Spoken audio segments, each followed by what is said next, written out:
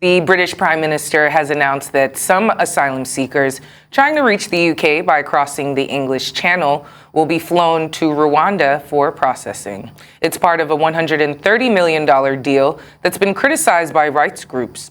Boris Johnson says the risk of ending up in Rwanda will be a considerable deterrent. UK Home Secretary Priti Patel is in Rwanda to sign the agreement.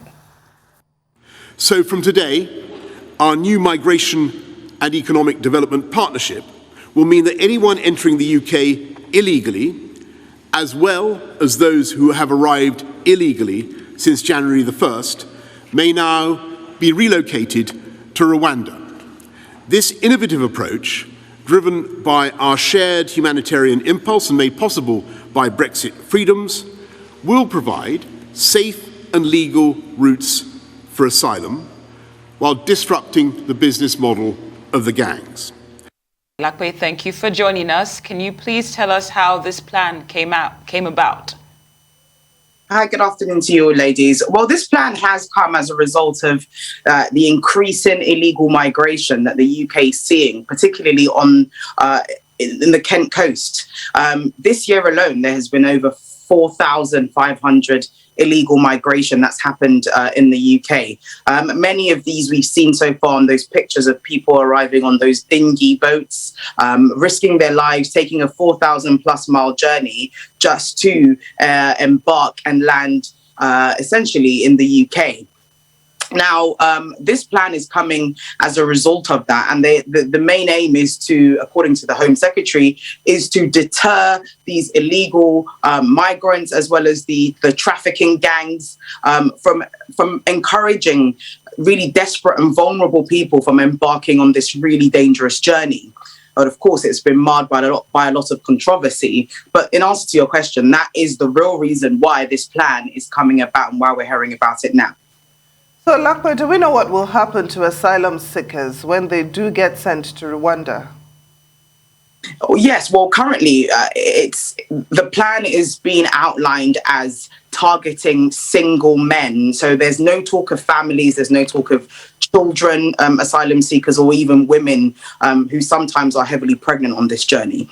So in this case, it's saying that men who are successful, who qualify for the asylum, will be taken on a one-way ticket to Rwanda. And of course, when they arrive in Rwanda, will then be processed. And if they are successful, will be given access to the labor market in Rwanda, will be given access to social services as well as health services, and of course, be able to live in Rwanda with long-term accommodation requirements as well. So that is what is being painted in this picture. Whether or not that will happen, of course, is something that we won't know till this develops. But it's coming into effect from the 1st of January. But the main caveat is it's being targeted at men only, single men.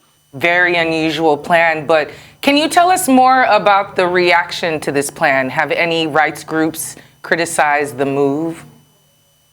Absolutely, Howard. And of course, you would know that, it does sound quite outrageous that Africa is being used as, once again, a dumping ground for people that the UK seemingly don't want to protect. Many of the people that embark on this journey are going on this journey because they seek protection from the United Kingdom. And as a result, it's very reminiscent of what happened in Australia many decades ago, where British prisoners were sent to Australia. Many people have echoed those sentiments and have said that there's a huge humanitarian crisis at the center of this. Rwanda being described, particularly by the UK, as a country that human rights have been violated. There's allegations of torture, an issue with freedom of speech under Paul Kagame's administration. So, I mean, only last year the UK government said this. So it's in a massive U-turn. It seems confusing why the UK will then take vulnerable migrants who are escaping war and persecution to a country that they are alleging, contributes to that too. So a lot of the allegations are really centered around the legal aspects of it, as well as, the cost of it as well, because the UK is saying they're going to give 120 million to the Rwandan government.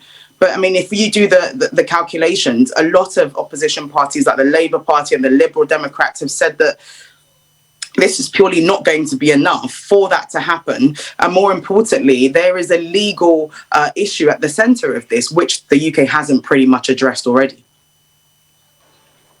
Well, Lape, thank you so much for joining us on Newsday. We appreciate your time and your input as always.